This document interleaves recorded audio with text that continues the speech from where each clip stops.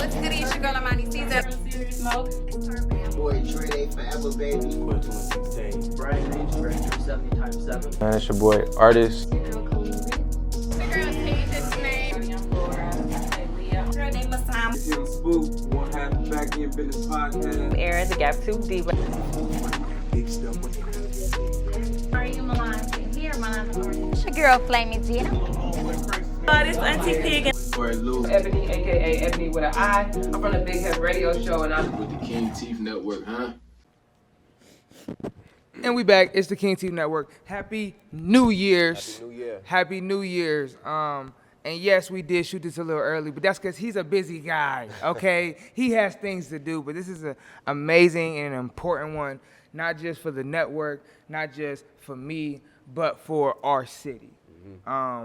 Originally, I was born in Ravenna, Ohio. He was born in Cleveland, actually, but he moved down to Ravenna, Ohio very early in life, and I got to see this man's rise to where he is now. Now he has some of the most credible accolades out of Ravenna, Ohio has seen in 50, 60, forever. They have not seen a man like this, and I'm proud to say he has now officially been on the King TV Network. My boy Dontez James, how are you? Hey, I'm good, man. Thank you for having me. Very proud of everything you got going on. We just walked around, and you showed me some things that almost brought me to tears, for real. Like, you know, these opportunities, they weren't around when I first started acting. What you got going on with your podcast and putting people on a platform and giving them the opportunity to share their stories, is huge. And what you're doing, man, is God's work. Yes. And everything that you're building, you're going to get the return and the reward for it. So I'm proud of you for sure. Man, I thank you for that, and I thank you for allowing me to sit down with you because, like I said, you're a busy guy, and you've always been a serious guy. You've always been a person who take things seriously, and that was one thing I always took from you is that we can't be playing around out here. You wrote your first book at like 10. And it might not be the exact age, but it was close. You know what I'm saying? Yeah, like for sure. there, and then you got it published right after. Like it's not like you was playing around. Yeah. And I took that, and you and Malcolm, shout out to Malcolm. Y'all two specifically on the football field showed me how to work, and showed me how to compete amongst peers, and showed me how to uplift the next generation. So the Warren, the you know what I'm saying, the Drake, the people who were coming up behind me. I learned from y'all how to treat them and then empower them and make them feel like they're ready for whatever's to come. Exactly. That's what it's all about. We never believed in that mentality of being the crab in the barrel. Hell no. It's always been motivation. It's always been love. And, you know, we compete against each other For a real, lot. for real. But it's all to push each other. Exactly. You know? And to see his kids, Malcolm has one little man and the little one. He should be here when this comes out. Yeah. And just knowing how he is as a person and knowing how he is as a father, those boys are going to be even greater than we ever was before. Facts. You know, because that's just how it goes. So like even, you know, to Warren, Drake, it was always to empower all of y'all to let y'all know that, yo, you could do whatever you wanted to do. For We've real. been seeing this since I moved to Ravenna. Right. You could do whatever. Whatever. You know? So to see you literally building something, bruh, you don't understand the chills that's going through my body. To see that, like, the message is out there. Yeah. Like, y'all following that message, Yeah. like, and y'all having fun with it. Me, y'all don't see me out much, but y'all are having fun. Y'all making the connections. Y'all are connecting with people in ways that I'm learning how to do. So yeah, it's real good energy for sure, man. Man, I Yeah. appreciate that, and I just had to take that time before we get into this amazing story because these moments you can't just overlook. Nah, you know what I'm saying? We nah. working hard as Yeah. fuck, man. Yeah. Sweetie, look, how many days? Look, come on now. Yeah, But it's just, I believe it. but it's just when you have those moments, you gotta live in them for a second. Yeah. You know what I'm saying? So they feel and understand, like, nah, this is a process. For real. Like, and you're living it with us. But to this story, man, Yes. now we're gonna go all the way back to the first book, man. Okay. So we talked about it a little bit earlier, but Take us to that moment. Like, you were at the lunch table, you said, and Yeah. somebody was like, you should put that in the book, or you should write your first book, and you was like, oh, okay. Yeah. So I on that book actually I know every last name that I can see the faces of everybody who told me to write the book. And what's the book's name? The book is called We All Do Dumb Things. They said to me, yo, you should just write a book. It was Bianca, Olivia, it was Tyree, and I only know a lot of their names and faces. Like, I remember that because they wrote on the book. Like, everybody wrote on the book. Wow. They drew snowmen. I drew an ugly stick snowman on the back. We ain't gonna. If I had it, I wouldn't show you. But it was all out of love. You know, it was all out of love. They said you should write a book, and boom. I was like, okay, I'm gonna write a book. But did you know everything that was gonna come with writing this book? No. I just had fun with it, bro. Just like with the one I just released, I wrote that in 2020 because I was bored in a way, but I also wanted to entertain people. I was like, I'm not getting auditions right now, so I just want to entertain and just share something. Yes. And that book, I sold 100 copies the first month it came out. Wow. Granted, people was just at home chilling, right. but they read the book. I got great reviews, but it wasn't until 2022 that I really started sharing that. But back to We All Do Dumb Things, with that, I never knew what would come from it. I was just writing with my homie. We stayed up late at night talking about these characters. He helped me figure out who Jack, LaRon, and Brittany were. And they were just like, they were nothing but like, my characters have always had the careers that I wanted to have, but the circumstances that I never wanted to be in. But it's also been therapy to help me see that ain't how life is supposed to go. Right. That's not how you're supposed to treat somebody or talk things out, you know? So it's all fictional stuff. It's nothing about my actual life at all. But my characters are all inspired by the careers that I've always wanted. So, yeah. I love that, man. Yeah. It's living within the dream. Yeah. That's what's crazy about all of this sometimes. You know what I'm saying? Being able to especially as being a creative and being an actor, you get to kind of live in different worlds. And create worlds. Exactly. For yourself. And manifest them into your real world. Exactly. It's crazy what we can do in this world. I had to be careful because I started to manifest things in my books that I didn't want. And the bad stuff too? Yeah. Wow. You really got to be particular. Like, right now in my book, it's going to be like a fine print at the very bottom, a very small font. This book is for entertainment purposes only. And that's more for you. That's exactly. Wow. Because also while people are reading this, they can't help but put me in these shoes of the characters. So they're manifesting for me, through me. Yes. Like, I work at a gym, and almost half of the gym they've all read my book. Every time someone comes in, what's up, Benjamin Watts? Ooh, Benjamin, a bad boy. Ooh, what's up, Benjamin Watts? Watch yourself, man. Like, make sure you're good. Are you all right? How's your mom today? They're checking on me because of all these things that I put into my work and my art. I'm not going through none of that. I'm not going through none of that. Some people have literally said to me, they said, I had to look you up just to make sure you didn't win an Oscar because the book is so visual. I never experienced it. I felt it all when I was writing it because my acting, it helps me become a really good writer because I could feel it. I have every conversation that happens in my work. I don't think it through first. I'm literally having the conversations out loud as these characters before they even touch the computer. So you're creating the character before you even create the character. Exactly. That's crazy. Yeah. And whenever in my editing process, whenever I could sit down and I could see that character in front of me and we could just vibe and I'm just writing, I'm like, okay, cool. I got a whole story. I finished seeing the light, my last book, with the one that's coming out tomorrow. And when I finished it, I realized I wrote 2 other books. So my next one is already done. Wow. It's already done. From the process you already have created at 13. Yeah. That's crazy how you've been able to develop it so much so that you're writing more than you even expect now. I didn't even know. Like, my girls thought I was Starting going young, crazy. people. She thought I was going crazy, bro. Yeah? Yeah, because like I I was having these feelings and these emotions, but I wouldn't know where it was coming from. True that. I'm like, why am I angry or mad right now? Why is my energy weird? Ooh. And the whole time the character is still on me. Yeah. I just got done writing, or if I know exactly what I want to write, if I could see the whole chapter played out, I'm gonna write 50 pages in a week. So you go in those modes where it's Yeah. just, I'm not sleeping for 3 days. Exactly. Yeah. Like I'm micro sleeping. Wow. Like legit. Like I'm sitting with the laptop on my lap, on the couch, just like this. I know what's up. I can't stop dreaming about these characters now. So now, laptop's here, I'm sleeping.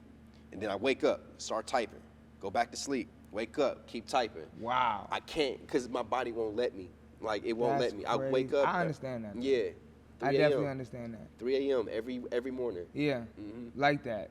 Yeah. That's the grind though. Yeah. That's the process of getting out the dream though. And Yeah. it's a lot of people, the thing about it is you fed it your whole life. So Yeah. now when it comes, Yeah, I it obey knows it can come. I know where it's coming from. You now. know? Yeah. And But go ahead. No, go ahead. This is your story. And even for me to know where it's coming from now and not take things personal, I'm like, oh, because my books, like, it's helped me so much in my relationship because I'm Wow. like, yo, like, okay, this character, yeah, I wrote this character and he's going through things and he has traumas that he didn't heal from, but I got them too. I have, you know, For like, real. In just real life. In real life. Come you on. know? Just in different relationships with people. Like from romantic to friendships and everything else across the board. I'm like, okay, I'm this way with that person because of this. Or because of this trigger. This is that person said this like that, but they don't mean it like that person said it before. Identifying It's different. what triggers you. Exactly. That's crazy. And it's therapy. It's very So, much therapy. It's therapy. Like, and it's scary. it is. Because you're seeing what affects you, so you might have to cut off a person. Yeah. Oh, That's, for sure. You know? For sure. And you seeing it happen, like, oh my goodness, like. Because I gotta protect myself. I have at the to end of the protect day. myself at the end of the day. Because you gotta be careful.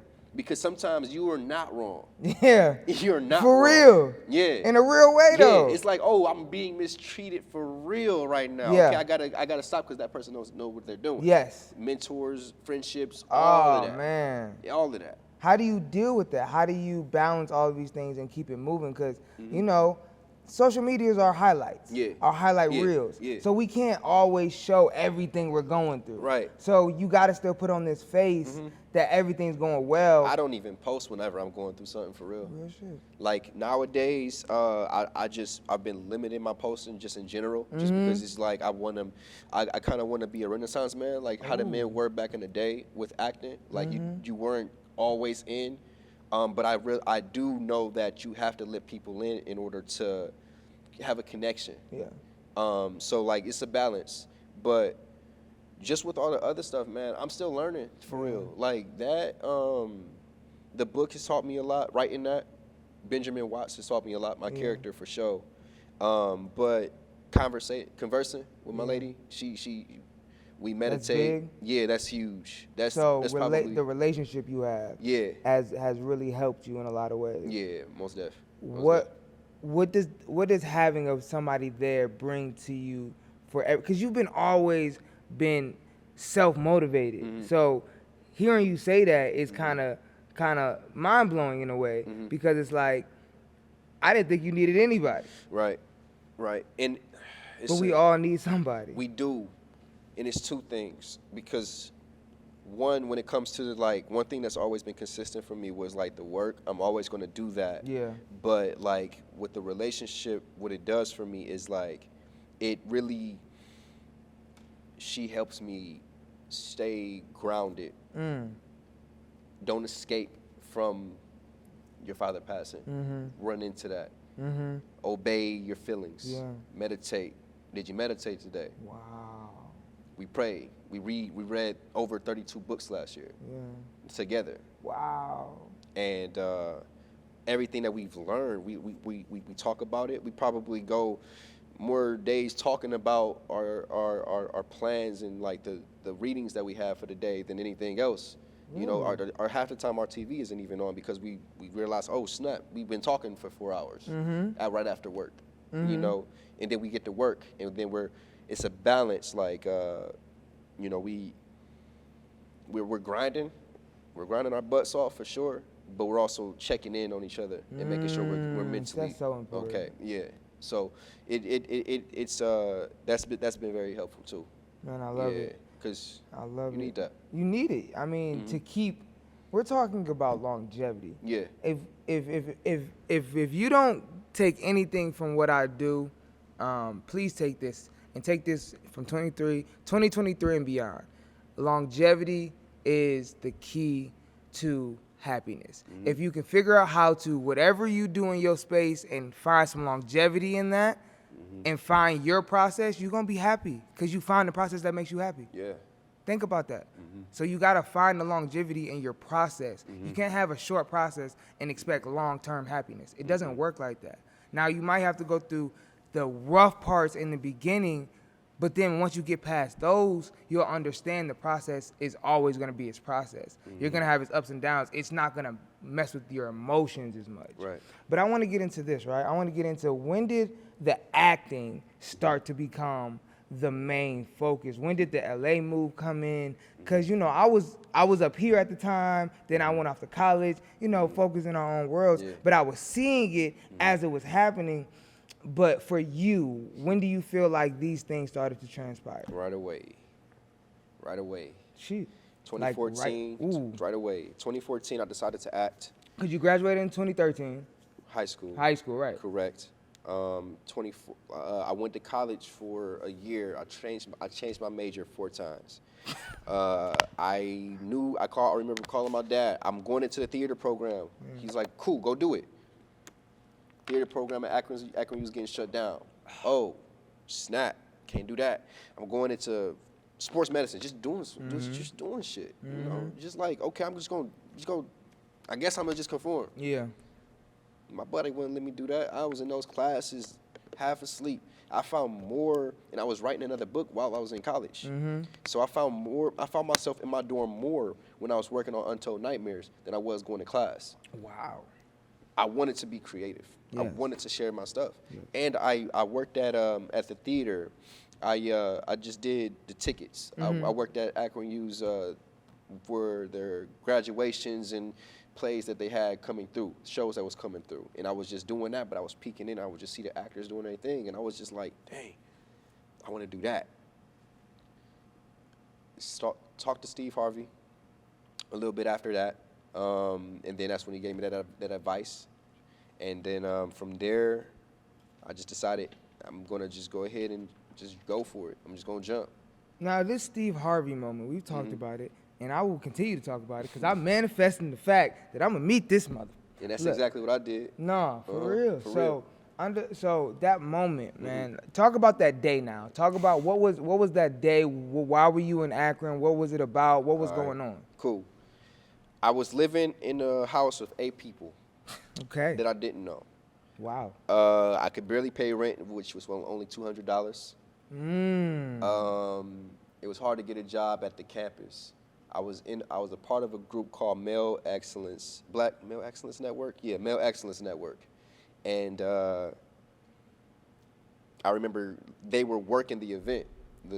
My liaisons, they were all working the event and everything. And I'm like, yo, could y'all help me meet Steve Harvey? Like, and then they don't have that pull. They told me straight up, we don't got that pull. I'm like, okay, cool. That entire week, I'm walking around telling everybody, I'm about to meet Steve Harvey. I'm just telling them, genuine. I'm gonna meet Steve Harvey. I got a meeting with Steve Harvey when he get here for my books. Ooh. That's what I just kept telling everybody. Yeah. I told everybody on campus. I was lying, but I needed everybody to believe that I was gonna make this happen at the same time. Come on now. But so I remember going around saying it. The night before it gets to the night before he comes, and I remember going to sleep. I didn't sleep that night. I was manifesting the entire night. Wow. I was awake. My eyes were closed, but I could just feel that I'm in control. And that morning I woke up. First went in the shower, got dressed, put on my best looking suit. I wore a purple shirt with some black pants and some white dress shoes. It was the worst outfit ever. But I was about to dress to impress. I know Steve Harvey. Yeah. I get there, I talk to Jim Tressel was working there at the time. Wow. Me and Jim had gotten cool because they would help me get my books into Barnes & Noble way before that. Wow. We all do dumb things. It was in Barnes & Noble on campus. That's huge. So I talked to Jim. He was like, I'll talk to Lee Gill. Lee Gill also was a top dog at the campus. And I look at Lee and I'm like, hey, Steve is on stage talking right now, like for the event. I got my table set up outside for my book signing. I'm with Malcolm. And he was ready. He had my box. I had one book. He had the whole box. He had a whole box just ready, just waiting. I don't know if they about to bring me on stage to sell some books and talk to Steve and have this moment, or what's gonna happen. So We All Do Dumb Things. I gave it to Lee. Lee was like, I'm gonna ask his bodyguards. Give me 1 second. He walks back. He's like, I don't think it's gonna happen. His bodyguard looks at Lee. They look at me. They tell Lee, come here. Lee tells me, come here. We go to his bodyguards. There's like 4 of them, all dressed down. I was like, dang, I'm jealous, man. I got on these white shoes with this purple shirt. Y'all got me right now, all right? But they take the book, right, and they're playing with it. They're like making sure it's cool. They say, wait right here. I'm waiting. Next thing I know, his bodyguards, they're like, Steve is on stage still talking right now. I'm just waiting, just watching him, just in awe, just like, oh my God, like, I'm about to meet him. It's really about to happen. I look at Malcolm, he's like, go. I'm like, here we go. His bodyguards like, follow us. We go backstage with like 2 other people.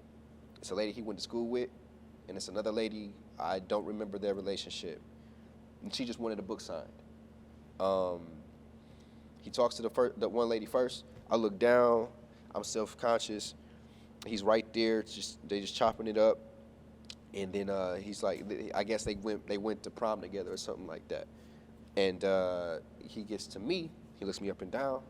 He says, let's take a walk. We take a walk. Now, mind you, if that didn't happen, nothing to this day has happened. If that moment didn't happen, nothing to this day has happened. Like it's all fake at this point. Real shit. We take a walk.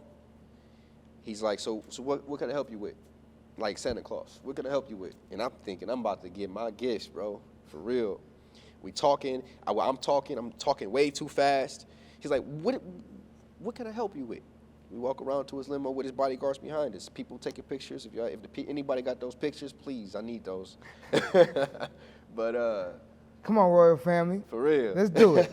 Let's get them pictures. For real, that would be crazy. That'd be fire. You gotta get bigger for that. For We're real. gonna get there though. For real. So we walk in. I tell him that I want to turn my books into movies and star in them. He said, "You'll figure it out, and when you do, just go just go for it. Just do it."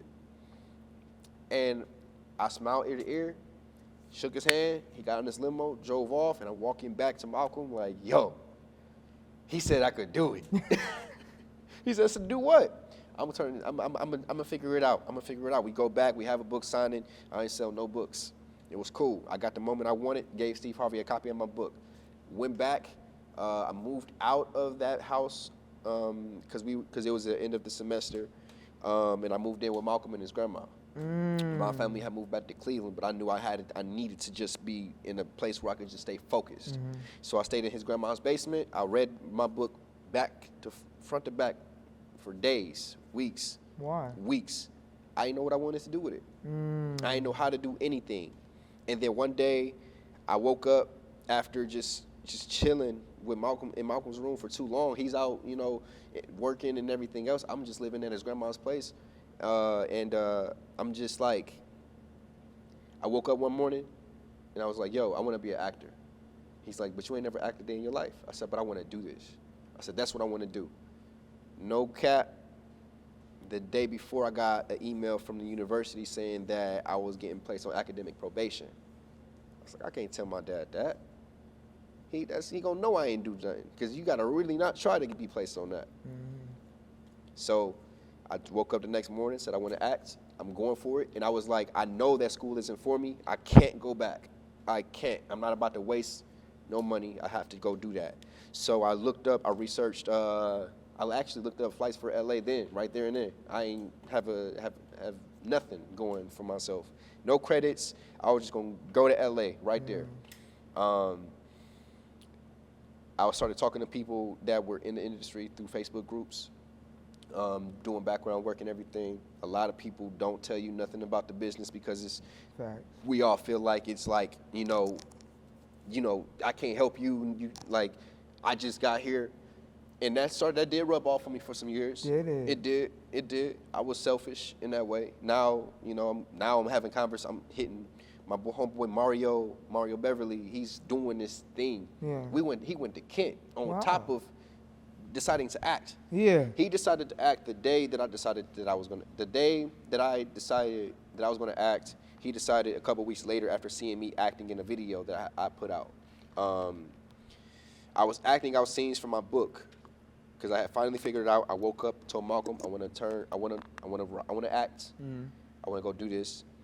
We went to his basement, his grandma's basement at the time, and we acted out different scenes from the book, and it was bad.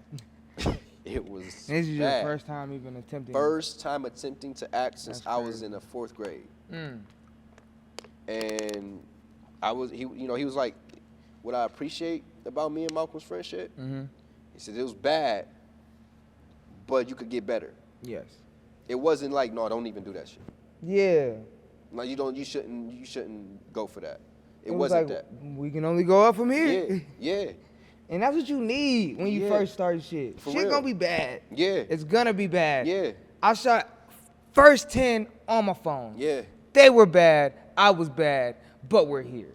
You know But what we I'm saying? here. But we here. We here. If we And that's stopped what it's all then, we about. wouldn't be here. That's what it's all about. It's not about having the perfect formula. It's about just getting that shit done. Because everything else that you need is gonna come along the journey. Exactly. Like my boys, I appreciate them because like they ain't never been discouraging, no matter what. Like my brother Reggie, he used to take me to set.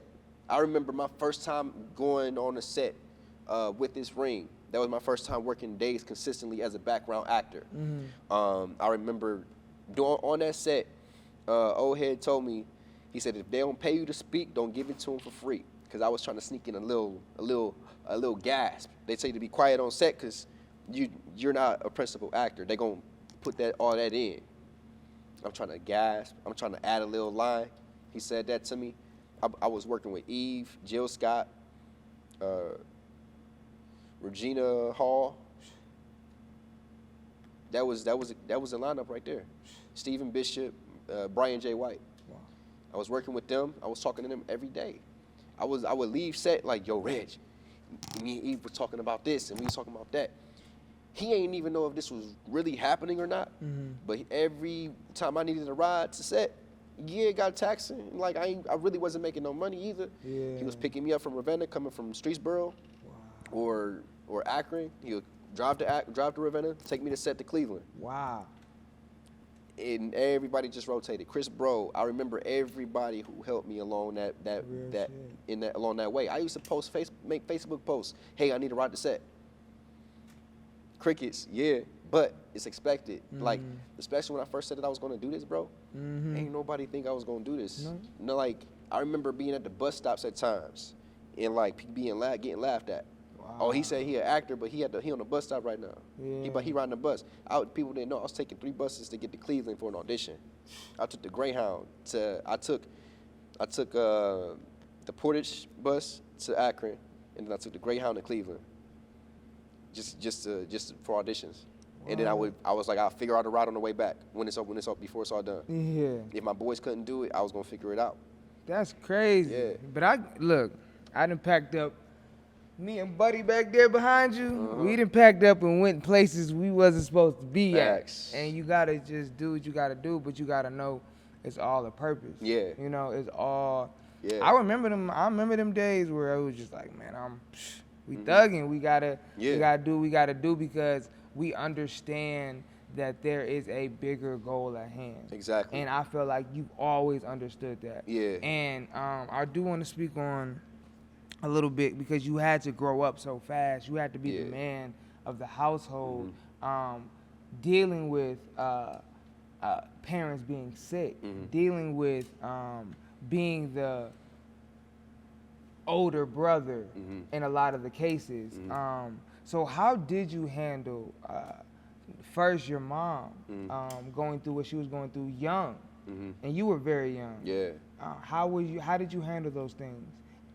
Yeah, me and my mom always had a special connection. I was born sick.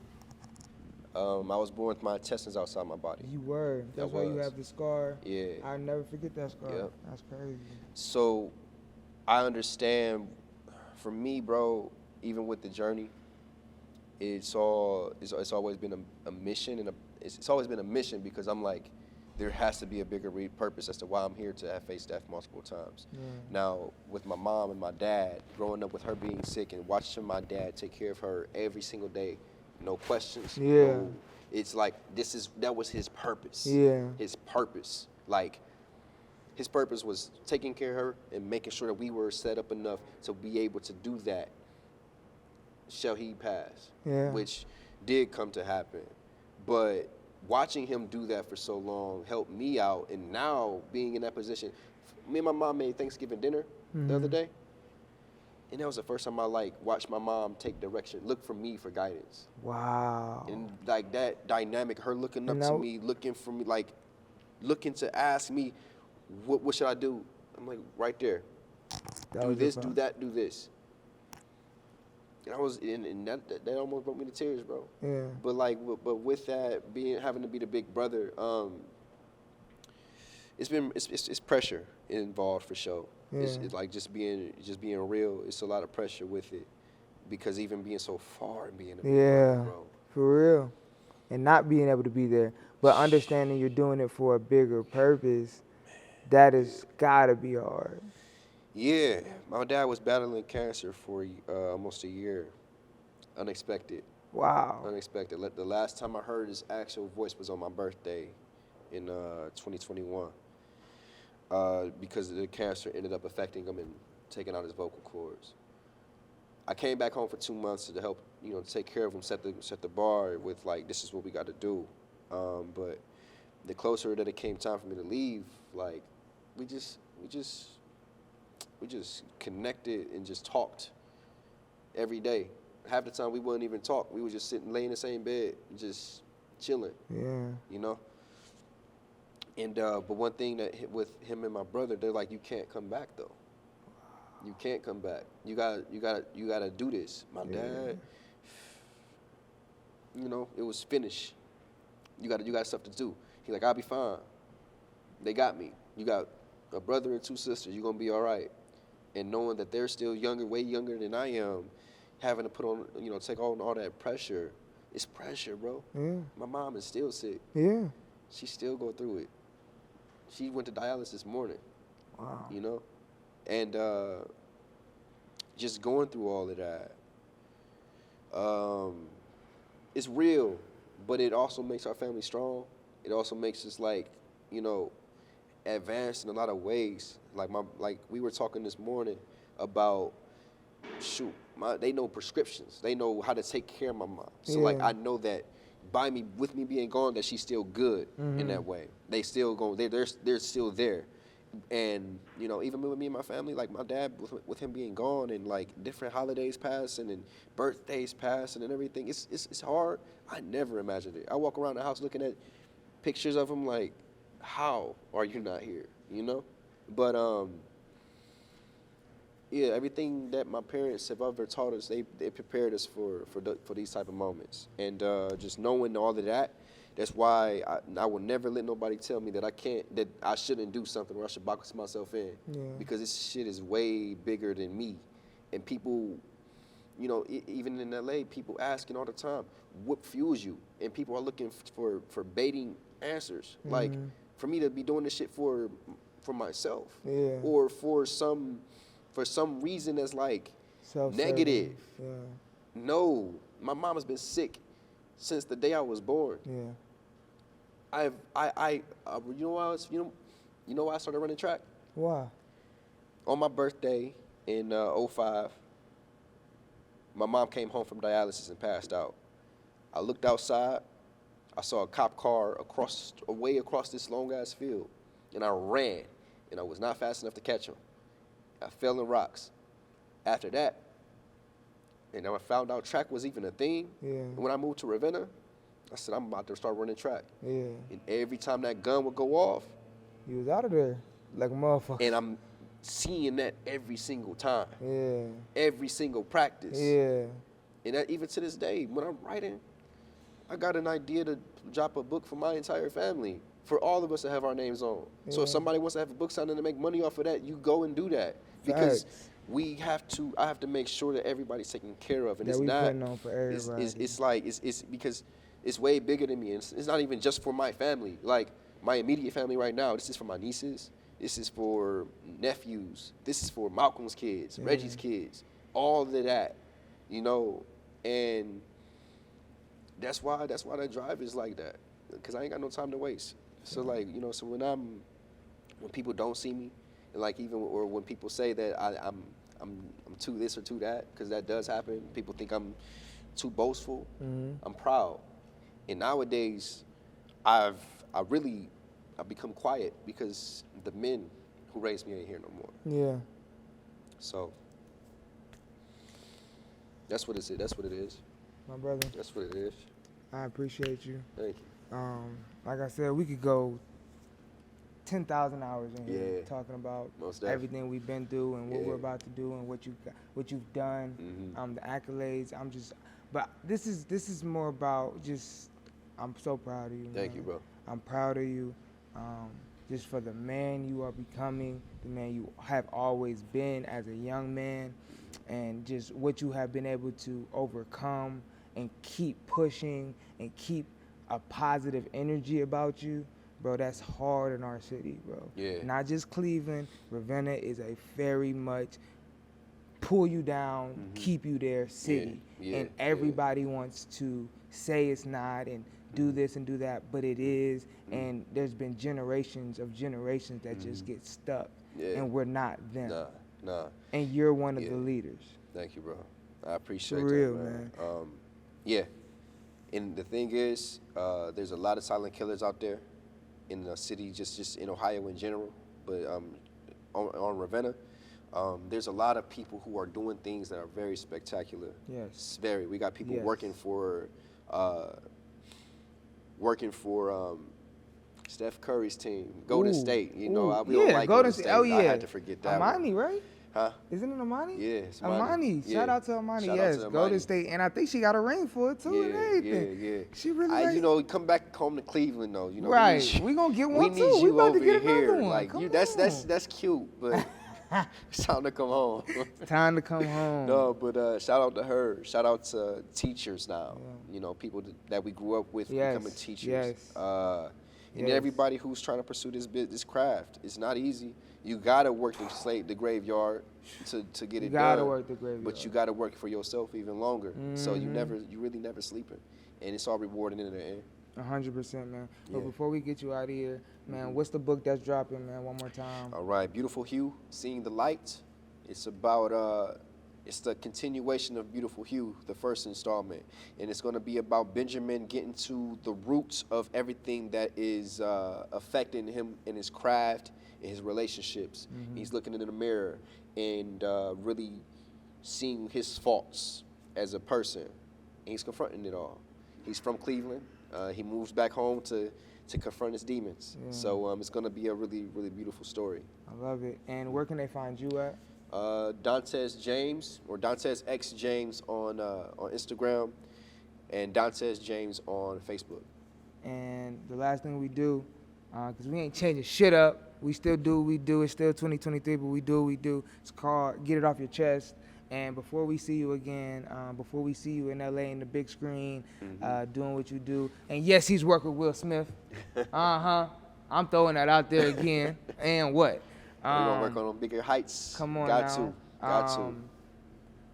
It's called Get It Off Your Chest, and it's just basically the opportunity to get whatever you need to. You've been getting a lot off your chest, of course, this whole time, but just the last time to say something to, you know, the folks in Ravenna, the folks in Cleveland, LA, the people who've been supporting you, your close, immediate people, like your lady, like something you need to just say to get it off your chest before we see you again.